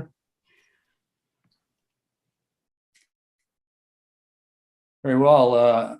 Unless anyone has any more business, I would entertain a motion to adjourn tonight's meeting while keeping the open hearing open. So I'll make that moved. motion.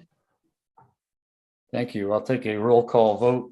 Please say your approval or denial when I call your name. Peter, Aye. Leslie, Aye. Andy Dowd, Andy Clark, You're muted. you asleep already, Andy Clark? Andy. I'll move to Millie. Aye. Todd, Yes. me is yes. We will just assume Andy Clark Andy abstained. abstained.